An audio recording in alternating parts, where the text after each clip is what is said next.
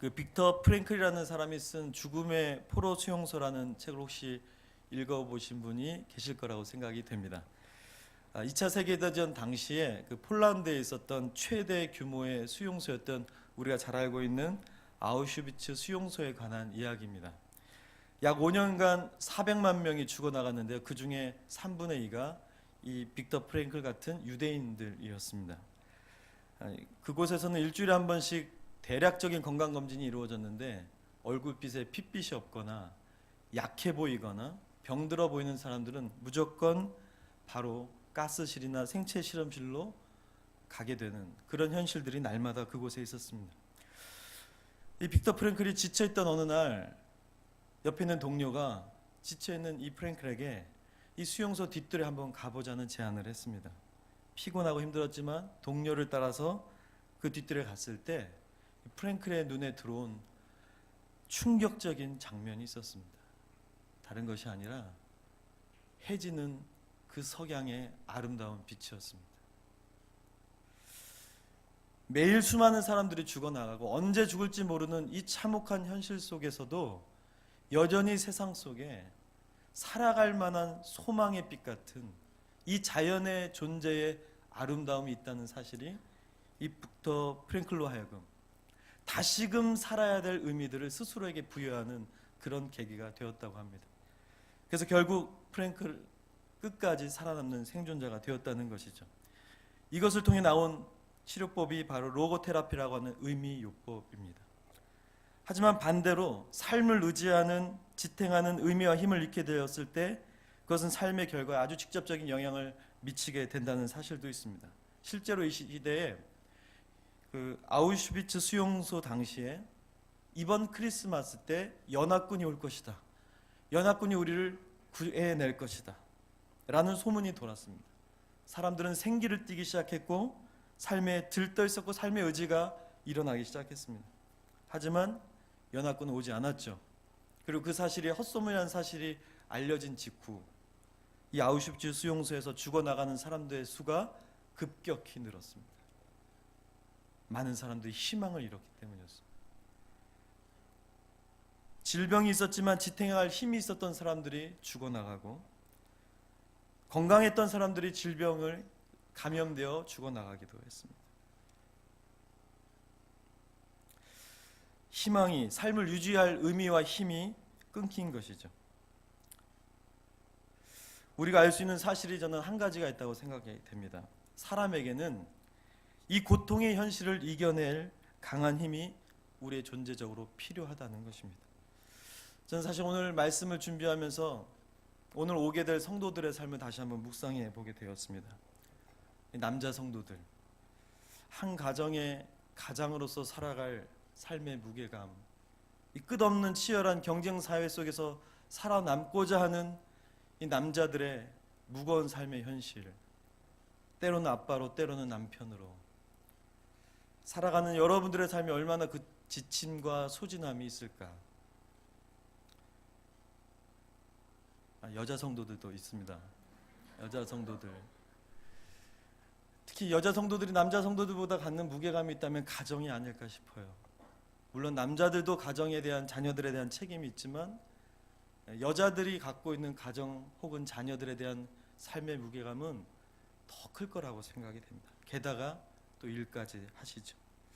이곳에 있는 중고등 그리고 청년들, 아직 자기가 누군지를 알지 못하는 방황과 혼란이 이들에게 있습니다. 자기를 알아가고 탐구해가는 이 과정 속에 사실 이들의 삶의 아픔과 무거움의 현실이 있는 것이죠. 세상을 살아가는 우리 모두에게 이 모든 현실을 살아갈 근원적인 힘이 필요하지 않겠습니까? 예수님께서 2000년 전 제자들을 향해 주신 이 오늘의 말씀을 통해서 그들에게도 그랬지만 오늘 우리에게도 이 필요한 근원적인 힘이 무엇인지, 어떻게 우리가 맞닥뜨린 이 현실의 삶을, 주님이 부르시고 주님이 허락하신 이 삶을 살아가기 위해 하나님은 우리에게 무엇을 주시고자 하는지 그 답을 찾아가는 여러분들이 되기를 축원합니다. 오늘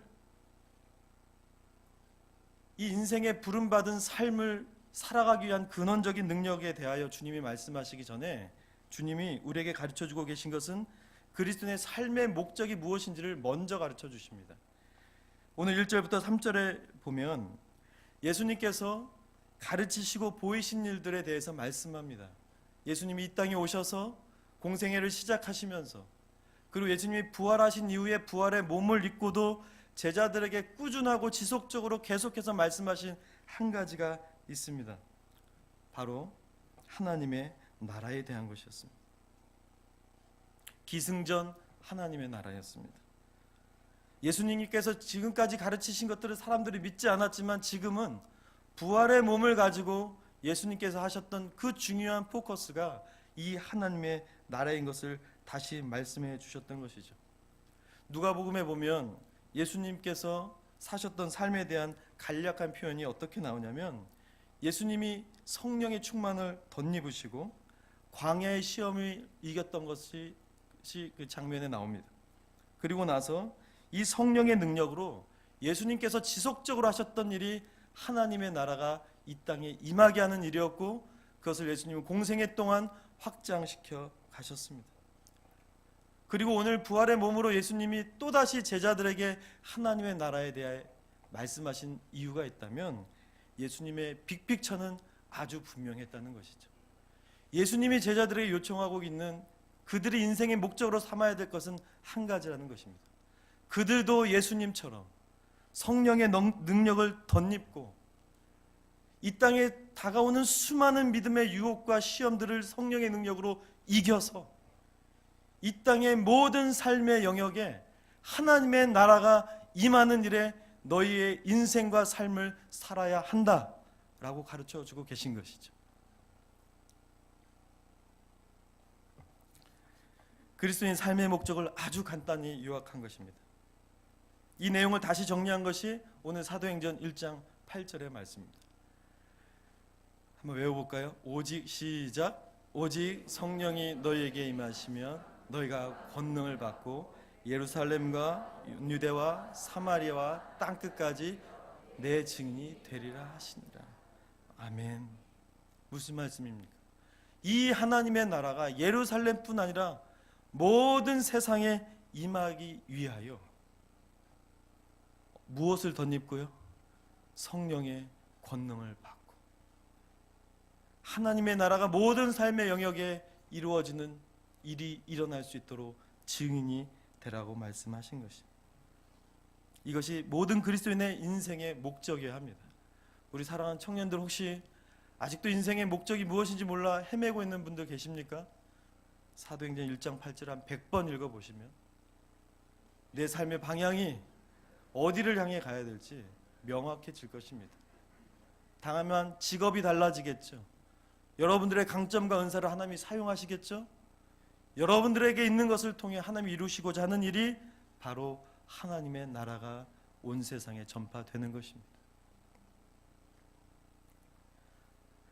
예수님이 이 땅에 오셔서 이루신 하나님의 나라를 예루살렘부터 땅끝까지 전할 수 있도록 증인이 되는 삶, 우리의 가정, 우리의 직장, 우리의 삶의 모든 영역에 이 하나님이 주관하시는 나라, 이 나라가 임하도록 사는 것.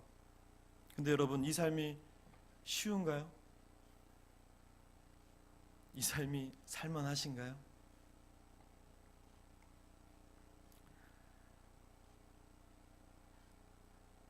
주님의 견해가 있습니다. 주님의 견해로는 이 삶이 쉬우냐 어려우냐를 떠나서 주님의 견해는 오직 하나의 힘, 성령의 능력 없이는 이 삶이 불가능하다고 주님이 말씀하고 계십니다. 여러분, 오늘 그리스도인들에게 주는 도전은 무엇입니까?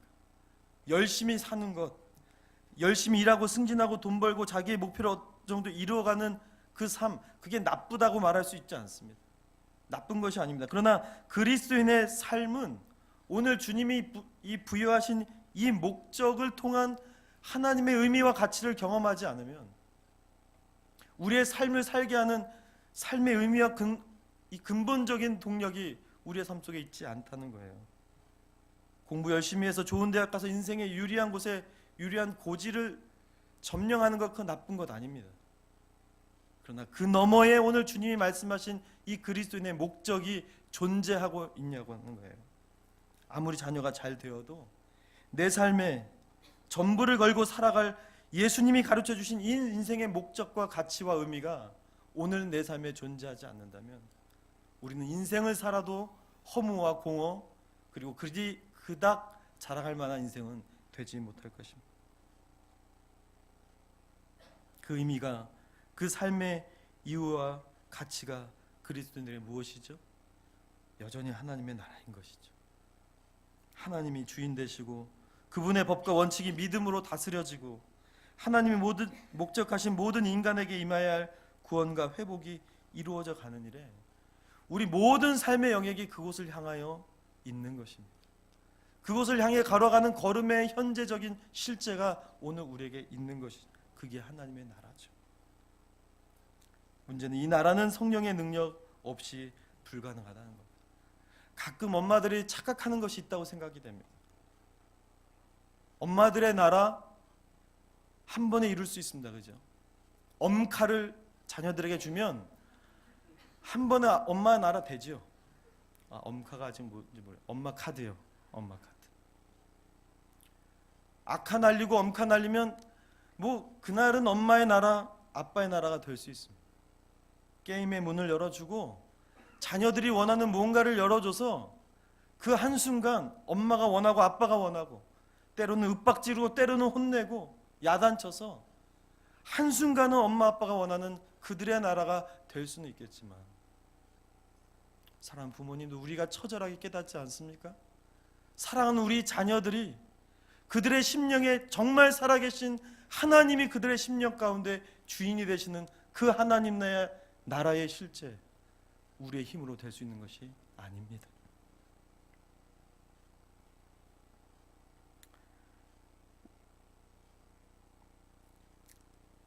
가정에 우리 부모들의 삶에 먼저 그 하나님의 나라가 임하지 않으면 우리 자녀들에게 하나님의 나라는 보여지지 않는 것이죠. 저는 이번 선교 축제 이후에 저 자신에게 큰 직면을 하나 하게 되었습니다. 여러분도 선교 축제를 통해서 많은 것 깨닫고 은혜 받으셨죠? 네, 저도 그랬습니다. 정말 다음 세대를 어떻게 가르치고 어떻게 회복해 가고 그들에게 무엇을 공급해야 되는지 정말 많은 강사들을 통해서 좋은 인사이트를 얻었습니다. 그런데 제가 또 하나 저에게 직면한 사실은 뭐냐면 그 사사기 말씀을 통해 다시 한번 묵상했을 때 과연 다음 세대가 다른 세대로 변질되어지는 것은 정말 다음 세대들만의 문제일까? 여호수아와 장로들이 하나님의 행하신 그 일을 보고 경험했기에 그들이 죽을 때까지 여호와를 붙쫓았다면 그들의 인생을 보고 배운 그 다음 세대들도 다른 세대가 될 것이 아니라 그들의 인생, 우리의 부모의 생애 속에 살아있는 하나님을 바라보는 여전한 하나님의 다음 세대가 되어야 되지 않았을까? 저는 저 자신을 다시 한번 돌아보게 되었습니다. 나는 되는 일인가? 내 속에 하나님의 나라는 살아있는가? 아빠로, 남편으로, 나의 자녀들이, 나의 아내가, 내가 사역하는 현장의 사람들이 정말 내 삶 속에 살아있는 하나님의 나라를 보고 있는가? 전수되지 않는 신앙, 지금 내게 일어나지 않고 경험되지 않는 하나님의 나라.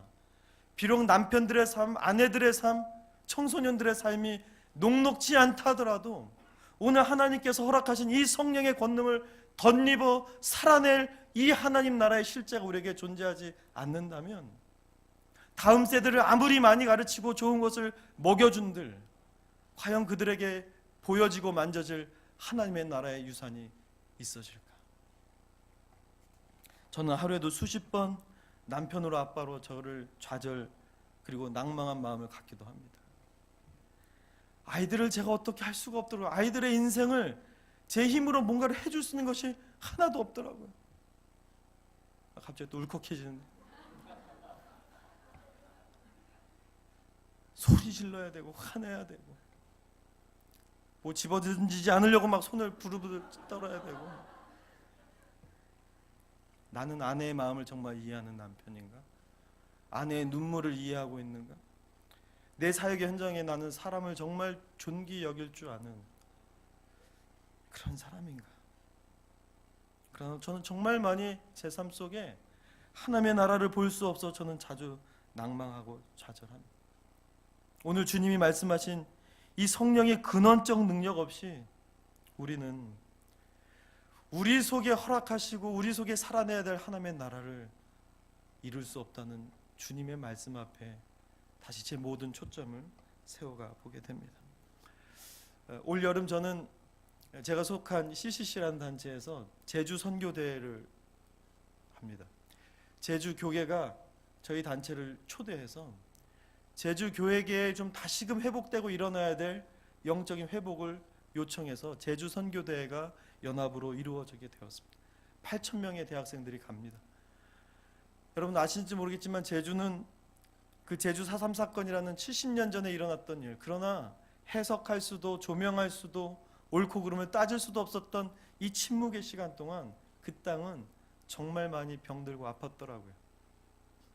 얼마 전 그 땅에서 나고 자란 그리고 거기서 목회하시는 한 목사님을 통해 크리스찬의 입장에서 본 제주의 역사를 보면서 정말 가슴이 아팠습니다. 그냥 버스 타고 가면 될 수련회 장소를 굳이 제주도로 옮겨서 가야 하는 저희들에게 정말 많은 일들이 떨어졌습니다. 5일 동안 선교대가 끝나면 8,000명의 대학생들이 제주의 각 교회에 흩어져서 5일 동안 4일 동안 그 교회를 돕고 섬깁니다.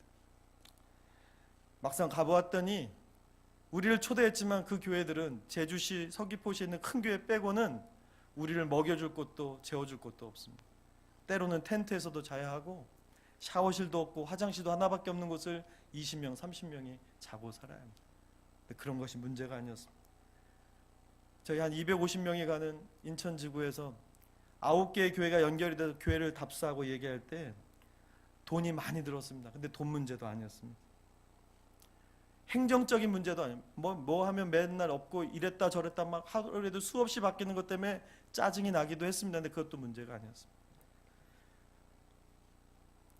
정말 그 땅을 주님의 마음으로 섬길 사랑이 우리에게 없다는 사실들을 알게 되었습니다. 누군가를 섬기는 것, 복음을 전하는 것, 이혼율, 자살률, 정신질환율 1위가 될 수밖에 없는 그 땅의 아픔을 성령의 능력과 성령의 마음이 없이는 섬길 수 있는 흉내도 우리에게 가능하지 않다는 사실을 보게 되었습니다. 어떤 영역을 봐도 성령이 아니고서는 우리 자신과 우리를 통해 흘러갈 하나님 나라의 실제가 이 세상 속에 존재하지 않는다는 사실이었습니다. 여전히 우리에게 필요한 것이 뭘까요, 여러분? 다시 한번 필요한 것이 있다면 그것은 성령의 근원적인 능력이 될 것입니다. 여러분, 그렇다면 성령의 능력은 어떻게 우리에게 임하는 것입니까? 여러분, 제가 오늘 사도행전 1장을 이렇게 본문으로 취하면서 그래도 큰 설명이 없어도 되는 것은 감사하게 요즘 주일 설교가 계속 사도행전입니다. 이미 여러분들이 알고 계신 것처럼 성령께서 예수님의 제자들과 120 문도들에게 임하게 된 그 역사적인 사건은 그들이 태평할 때가 아니었습니다. 그들이 열심히 일하고 수고할 때가 아니었습니다. 그들이 아버지의 약속하신 바를 기다리는 믿음으로 기도할 순간이었습니다. 사도행전 1장 14절에 여자들과 예수의 어머니 마리아와 예수의 아들과 더불어 마음을 같이하여 오로지 기도에 힘쓰더라. 여러분, 기도가 능력인 것이 무엇입니까? 기도를 통해 오늘 우리의 삶의 근원적인 성령의 능력이 우리 가운데 임한다는 사실입니다. 성경 속의 기독교 역사 속에 수많은 믿음의 이야기가 있다면 세상적으로 약한 사람, 육체적으로 정말 연약했던 사람, 모든 영역에 약하고 가난했던 사람들이 오직 거룩한 기도의 능력으로 하나님의 승리를 온 세상에 드러낼 수 있었던 것은 그들의 기도 속에 성령의 능력이 임했기 때문이었습니다. 여러분, 오늘 이 밤에 기도하러 오신 여러분들의 삶에 은혜가 있는 것은 무엇입니까? 오늘 여러분들의 기도를 통하여 여러분들의 삶에 가장 필요한 이 근원적인 능력이신 성령이 여러분들의 삶의 약속으로 임하게 될 것입니다. 성령의 능력을 기도로 얻기 원하는 여러분들에게 저는 오늘 마지막으로 질문할 것이 있습니다. 여러분, 기도가 성령의 능력을 구하고 경험하는 통로라면 오늘 여러분들이 드리는 기도는 과연 어떤 기도여야 하겠습니까? 어느덧 무뎌진 힘없는 기도입니까? 형식적인 기도입니까? 옆 사람이 신경 쓸까 봐 자유롭게 할 수 없는 그런 기도입니까? 기도하지만 무엇을 어떻게 기도할지 모르는 답답함은 아니십니까? 성령의 근원적인 능력을 경험하는 믿음의 기도가 되기 위해 에베소서 5장 18절의 말씀을 가지고 여러분들에게 두 가지 기도의 자세를 도전하고 싶습니다. 우리 5장 18절 한번 읽겠습니다. 시작. 술 취하지 말라. 이는 방탕한 것이니 오직 성령의 충만을 받으라. 아멘. 여러분, 이 구절은요, 성령을 얻기 위해 기도하는 우리에게 아주 중요한 자세 두 가지를 가르쳐 줍니다. 특별히 이 성령의 충만을 받으라라고 하는 이 문장은 두 가지 헬라어의 문법적인 양태를 갖고 있습니다. 첫 번째는 성령 충만을 받으라, 이 문장은 명령형으로 되어 있습니다. 뭐요? 명령형으로 되어 있습니다. 여러분, 성령 충만을 받으라고 하는 것은 왜 하나님이 우리에게 명령으로 하셨을까? 이 성령 충만을 받는다는 것은 선택의 문제가 아니라는 거예요, 여러분. 반드시 받아야만 하는 하나님의 명령이었습니다. 왜 명령하셨을까요? 요즘 현대를 살아가는 사람들은 명령받으면 싫어합니다. 그죠? 중딩. 예, 싫어합니다. 아주 불순합니다. 반응들이. 해줄래? 이래야죠. 그죠? 해줄래. 요즘 현대인들이 갖는 명령에 대한 네거티브한 자세들이 질비합니다. 그죠? 그런데 오늘 우리가 다시 한번 초점을 좀 맞춰야 될 것은 하나님이 왜 이것을 명령하셨는가 하는 것입니다. 물 가져와, 밥 차려, 그런 명령이 아닌 것이죠. 이것 없이는 우리가 살 수 없다는 걸 하나님 아시는 거예요. 이것 없이는 우리가 살아있는 삶을 지속할 수 없다는 걸 하나님은 절대적으로 알고 계신 거예요.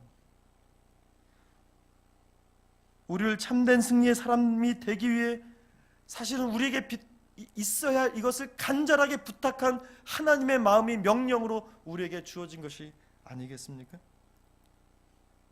여러분, 십계명을 하나님이 이스라엘 백성들에게 주십니다. 십계명이 다 뭘로 끝나요? 해라, 해라, 하지 마라, 하지 마라.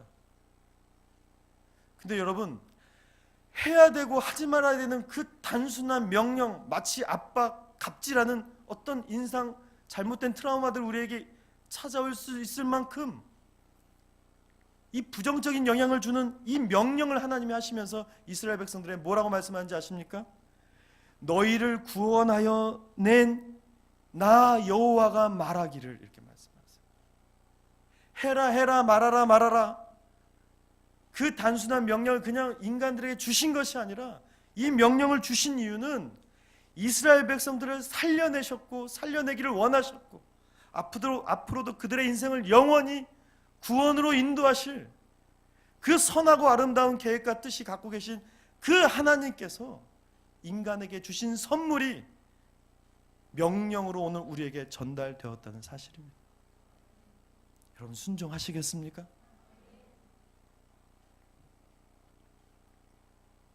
이것 없으면 살 수 없는 것, 살려내기 위해 하나님이 우리에게 주시고자 명령한 것. 여러분, 오늘 우리의 기도가 정말 성령의 근원적인 능력을 통하여 우리의 삶의 모든 회파되고 무너지고 쓰러진 것들이 새롭게 회복되어지기를 여러분 소원하여 기도하신다면 이 성령을 절대적으로 받으라고 명령하신 하나님의 명령 앞에 믿음으로 순종하여 드리는 기도가 될 수 있기를 바랍니다. 두 번째는 성령의 충만을 받으라고 하는 것은 문법적으로 수동태에 해당이 됩니다. 여러분, 이 수동태가 갖는 의미가 뭘까요? 성령의 충만한 능력은 우리 스스로에게로부터 나올 수 있는 것이 아니라는 거예요. 때로는 크리스천들에게 성령 충만이란 말이 너무 쉽습니다. 성령 충만을 받으면 마치 기계적으로 뚝딱뚝딱 우리에게 떨어질 수 있는 것이라고 생각할 때가 있습니다. 내가 성령 충만을 구하면 마치 그것을 받을 수 있는 자격이 원래부터 있는 사람인 것처럼 하나님이 주실 것에 대해 감사도 없이 간절함도 없이 기계적인 성령 충만을 받으려고 하는 크리스찬들의 모습이 있습니다. 그런데 여러분, 이 성령 충만, 그것은 우리의 힘으로 우리가 원한다고 가질 수 있는 것이 아니라는 사실을 기억하십시오. 하나님이 주셔야 가능한 것입니다. 하나님만이 주실 수 있는 것입니다. 따라서 성령 충만을 구하는 우리의 기도에 간절함이 필요합니다. 내 힘으로 할 수 없는 내 삶의 현실들, 내 힘으로 어찌할 수 없는 수많은 홍해의 강들, 그것을 건너게 하실 하나님, 그분만이 주실 수 있는, 그분으로부터 오는 이 하늘의 능력과 권능을 우리에게 덧입혀 달라고, 그분을 향한 가난한 마음, 그분을 향한 간절한 마음, 종된 마음, 겸허한 무릎을 꿇는 우리의 믿음의 기도가 필요한 것이죠. 이사야서 55장 6절에 너희는 여호와를 만날 만할 때에 찾으라, 가까이 계실 때에 부르라 말씀하십니다. 그 하나님을 찾고 찾는 우리의 간절함, 그 하나님을 목 놓아 높이 부르는 우리의 갈망들이 그분께 전달되어질 때 우리 삶 속에 근원적으로 필요한 하나님의 근원적인 성령의 능력을 하나님 우리에게 부어 주실 것입니다. 말씀을 정리하겠습니다. 여러분, 우린 연약합니다. 우리의 힘으로 할 수 있는 것들이 많지 않습니다. 그러므로 우리에게 주신 이 부르심의 삶, 단순한 인간의 삶을 넘어 주님이 우리에게 부여하신 모든 영역에 하나님의 나라가 임하게 하는 이 하나님의 근원적인 부르심 앞에 우리에게 성령의 능력이 필요합니다. 무너진 삶들, 다가오는 수많은 도전들 앞에 이제는 내 힘이 아니거나 세상의 방식이 아니라 하나님의 나라가 임하게 하는 성령의 능력을 믿음으로 경험할 수 있기를 바랍니다. 간절함의 기도로 오늘 이 하늘문 여시고 우리 삶에 정말 필요한 모든 영역에 그분의 능력을 주실, 오늘 밤 이 기도의 시간 그 하나님을 만나는 우리 모두가 될 수 있기를 주님의 이름으로 축원합니다. 같이 찬양하고 하나님 앞에 기도하겠습니다.